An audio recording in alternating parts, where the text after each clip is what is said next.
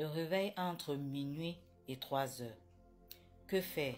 Mais avant de vous dire que faire, je vais d'abord vous dire ce que ça signifie. Quand tu te réveilles entre minuit et 3 heures du matin, ça signifie tout simplement que tu es un élu de Dieu, que tu es un gardien. Tu es un gardien sur le plan spirituel. Dieu t'a choisi pour pouvoir prier et intercéder pour les autres à ces heures-là et pour toi-même aussi.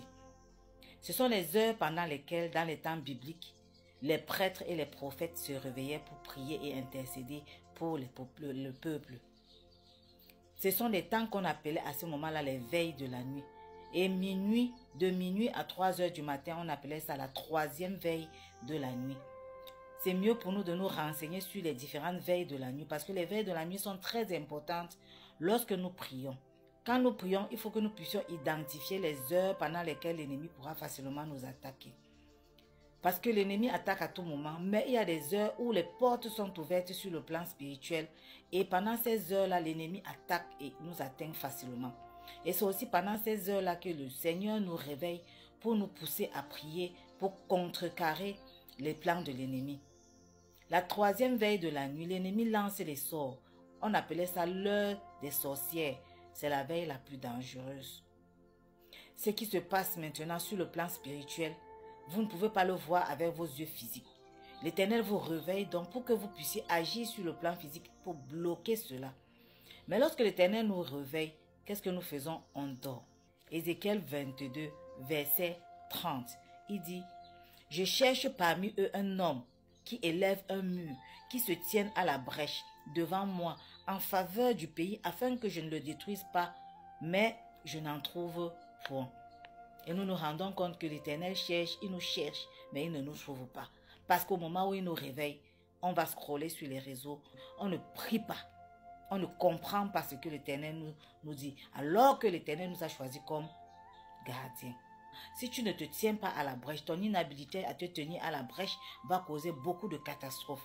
Quelqu'un va souffrir quelque part. Un membre de ta famille va souffrir. Toi-même, tu vas souffrir parce que tu n'étais pas tenu à la brèche. Marc chapitre 1, verset 35 dit que Jésus sortait tôt le matin quand il faisait encore nuit pour aller prier.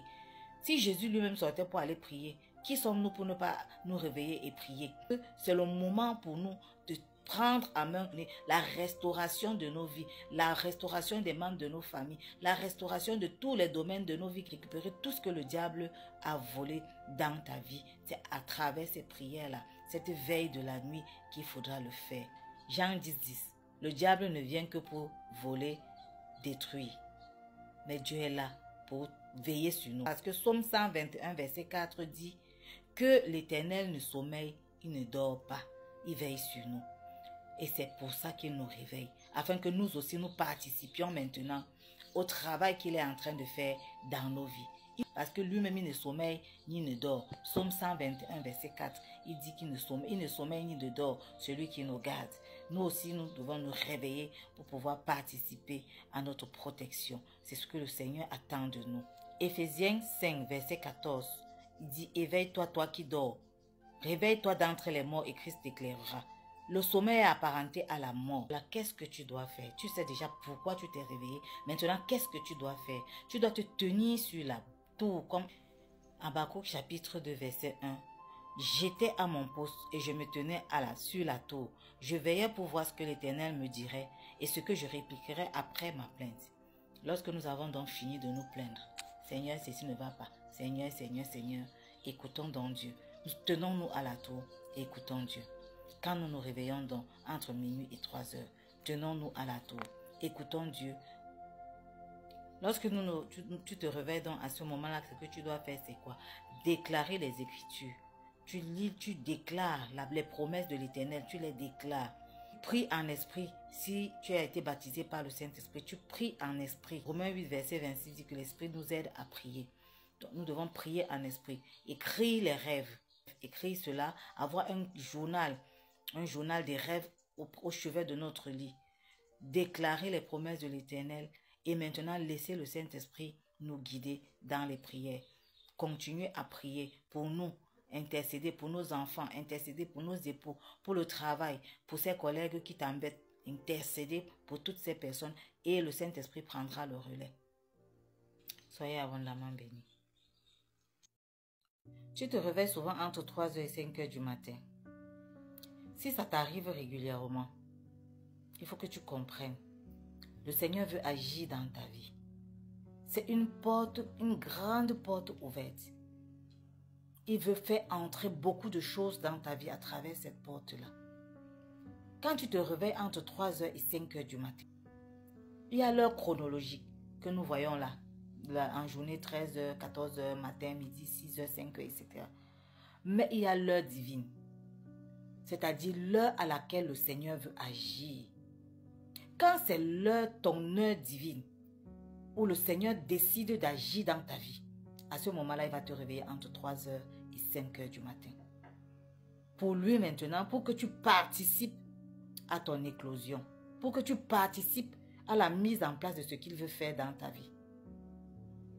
Voilà ce qui va se passer. Généralement, tu vas dormir. À 16h là, tu vas te réveiller. Parfois, c'est un ange qui te réveille. Tu te réveilles brusquement, tu ne sais pas pourquoi tu te réveilles. Et le sommeil, tu n'as plus sommeil. Ne scrolle pas sur les réseaux. Ne va pas sur YouTube. Ne va pas sur Facebook.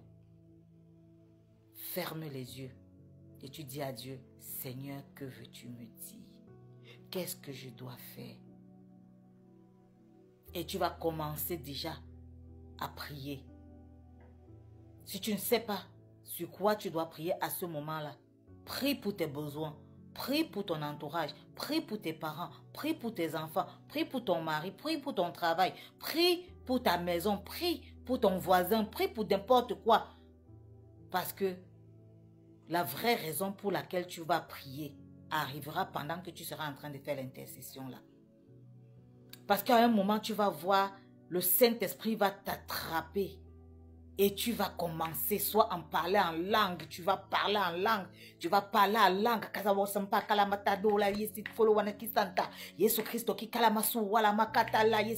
parler en langue, tu vas parler en langue. Et pendant que tu es en train de parler en langue, comme ça, tu es en train de mettre en place ce que le Seigneur veut faire dans ta vie. Et si le Seigneur te demande de participer, tu ne participes pas. C'est-à-dire que si te réveille, si son ange te réveille, et tu tournes, après tu forces le sommeil, tu te rendors.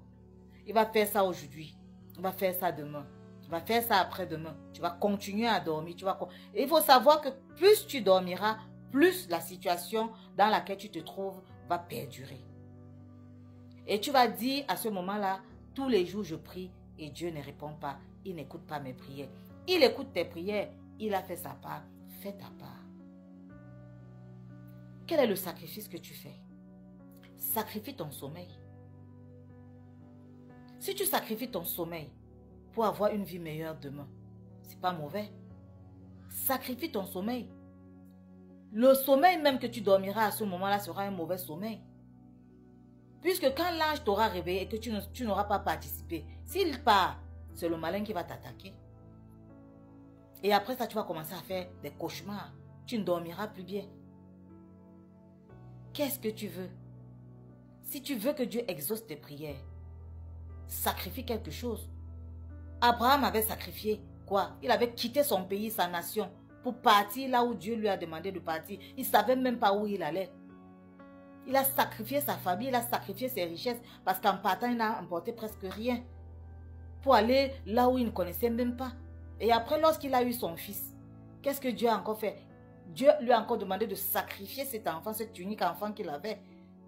Mais nous voulons des choses de Dieu, mais nous ne voulons rien sacrifier. Ça ne peut pas marcher comme ça, c'est donnant. Dieu n'est pas le marabout, Dieu n'est pas le malin pour dire qu'il va attendre que tu tues quelqu'un, que tu tues les animaux. C'est à l'ancien temps, c'est dans l'Ancien Testament qu'on tuait, on faisait des sacrifices d'animaux. Aujourd'hui, le Seigneur te veut, toi, comme sacrifice vivant. Il a dit que c'est ça qui lui est agréable. Et c'est ça pour lui le sacrifice parfait. C'est ça qu'il attend de toi, que tu te sacrifies, que tu ne te conformes pas au siècle présent, mais que tu sois renouvelé. Dans l'intelligence, nos cerveaux, notre intelligence, nous devons penser à lui et à lui seul.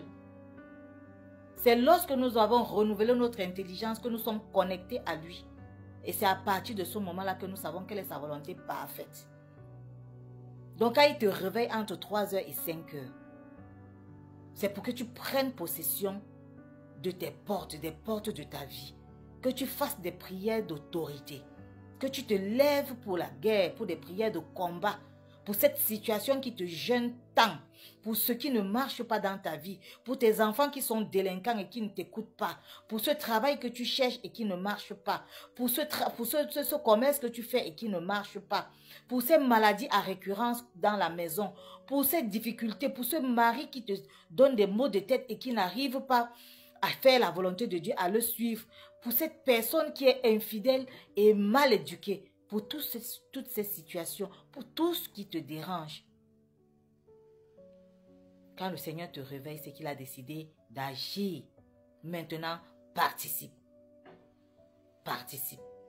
Entre 3 heures et 5 heures. Participe. Jésus avait marché sur l'eau. Dans Matthieu 14, versets 24 à 25. Il a marché sur l'eau pour aller retrouver ses disciples dans le bateau. Et lorsqu'il marchait sur l'eau, on a dit à l'aube, donc très tôt le matin. Et c'est toujours à l'aube qu'il se levait pour aller prier, très tôt le matin. On dit qu'il se levait quand il fait nuit pour aller prier. C'est la même chose pour toi. Quand tu te lèves à l'aube, tu pries pour voir cette situation-là bouger. Si tu veux que ça marche. Ils ont cru que c'était un fantôme. À ce moment-là, quand tu commences à prier à ces heures-là, tu n'es plus toi-même.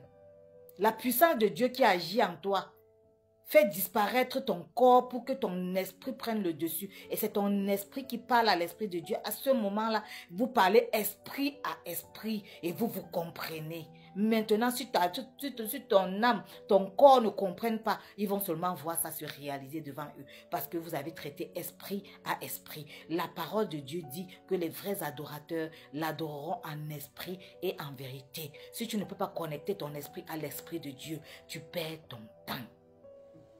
3 heures, 5 heures, lève-toi. Marche sur l'eau. Pierre, à ce moment-là, était capable de marcher sur l'eau pour aller retrouver Jésus. Est-ce que Pierre avait la possibilité? Est-ce qu'il avait les capacités? Non. Mais parce qu'il a vu Jésus, il allait à la rencontre de Jésus. Il a été capable de marcher sur l'eau. Et après, lorsqu'il y a une petite tempête qui s'est levée, Pierre a douté et puis s'est enfoncé. Les situations, les petites tempêtes de nos vies là ne doivent pas faire douter quelqu'un. Non. Dieu est Dieu. Et il n'y en a pas de semblable. Il n'y a point d'autre Dieu que lui. Il n'y a pas son deux. Fais-lui confiance. Lève-toi. Prie. On ne lutte pas contre la chair et le sang. Tu ne luttes pas contre un être humain. Tu luttes contre les esprits. Et pour lutter contre les esprits, il faut des esprits. Lorsque Dieu a décidé d'agir dans ta vie par rapport à une situation donnée, par rapport à ce que tu veux faire, par rapport aux prières que tu lui fais, par rapport à ce qui te dérange, quand Dieu veut agir dans ta vie, il y a un mouvement des anges autour de toi. Il y a la lumière autour de toi. Tant que tu seras en train de pleurer, le diable ne va pas se gêner. Il ne va même pas te déranger. Mais le jour où il va voir cette activité des anges angéliques autour de toi, la lumière, il va venir maintenant t'attaquer. Et c'est pour ça que parfois on a l'impression que la situation devient pire. Quand ça arrive, lève-toi. Fais des déclarations sur tes finances, sur tes enfants, sur ton travail, sur ta famille, sur toutes tes activités. Après, tu restes tranquille et tu observes, tu écoutes. Parce que ne te lève pas directement, tu pars après avoir prié. Parce que prier, c'est communiquer, c'est parler à quelqu'un. Donc, tu as parlé à Dieu. Maintenant, attends qu'il te réponde. Il faut avoir un cahier et un bic. Quand il parle, tu écris. C'est les premières idées qui te viennent après la prière. Généralement, ce sont les réponses de Dieu. Quand tu finis, maintenant, tu parles à ta journée. Tout ce que tu veux voir se réaliser dans cette journée-là, tu parles. N'oublie pas de remercier le Seigneur. Soyez abondamment bénis.